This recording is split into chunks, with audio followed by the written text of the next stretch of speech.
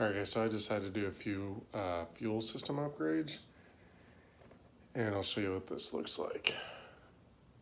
I've got a heat sink. If you don't know what a heat sink is, it's basically a radiator in an oval fashion, and these fins cool whatever you put through it. You can put fuel through it, you can put transmission fluid through it.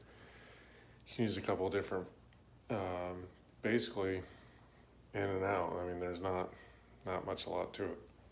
So I've got that. I'm going to mount it in front of the radiator support. So I got a bunch of hose, I got a bunch of clamps, I got this heat resistant kind of steel braided stuff because I like the way it looks. I feel like it functions pretty well. I also got this heat reducing nylon, which is supposed to be for very high temperature. I got this extreme high temperature nylon, and I got some tape for putting on surfaces that can be taped. That's a heat deflector. I wrapped my mechanical fuel pump with this, just the portion at the bottom, so it doesn't look hokey. It looks nice, but we're gonna do some fuel heat reduction.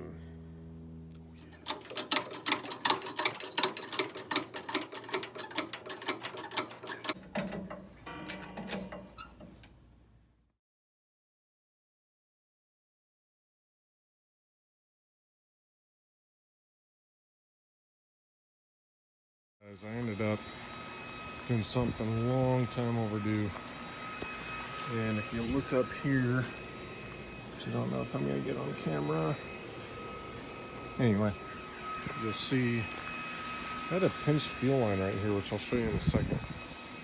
So what I did on this T-Bird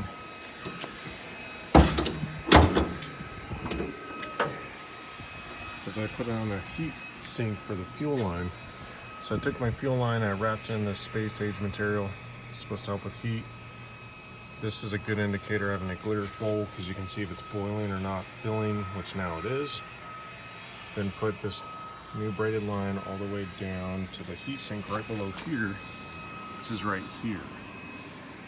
So this heat sink, the fluid just runs through it, and these fins cool it like a radiator, which when you do see it through the grill, it looks badass. Then I ran the fuel back underneath the car. The line's actually down here. And I ran it back to the mechanical fuel pump with more heat shrouding. Now, I was actually able finally to properly tune it. Check this underneath the car. Look at how pinched that is.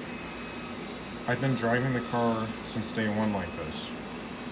Pinched here, that's like 50% restriction.